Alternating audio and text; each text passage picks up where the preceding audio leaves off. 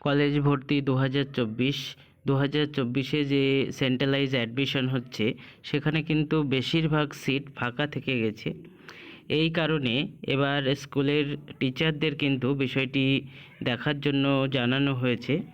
স্কুলের শিক্ষকরা যেটা করবে, 12 ক্লাস পাশ করে ছাত্রছাত্রীরা কেন কলেজে অ্যাডমিশন নিচ্ছে না বা তারা এখন কোথায় কাজে লাগছে বা কি করছে, কোন কোর্সে ভর্তি হচ্ছে, বিষয়গুলো তাদেরকে জানার জন্য নির্দেশ দেওয়া হয়েছে।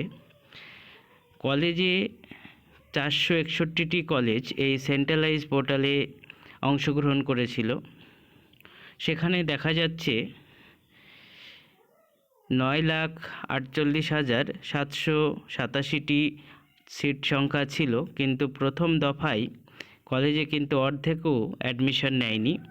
4,05,000 অ্যাডমিশন হয়েছে। তোমরা জানো 8 তারিখে অ্যাডমিশন কমপ্লিট হয়, যার মধ্যে অর্ধেকেরও বেশি সিট কিন্তু এখনও পর্যন্ত কলেজে ফাঁকা থেকে গেছে। এই কারণে আবার second round form fill up হবে এবং অ্যাডমিশন হবে।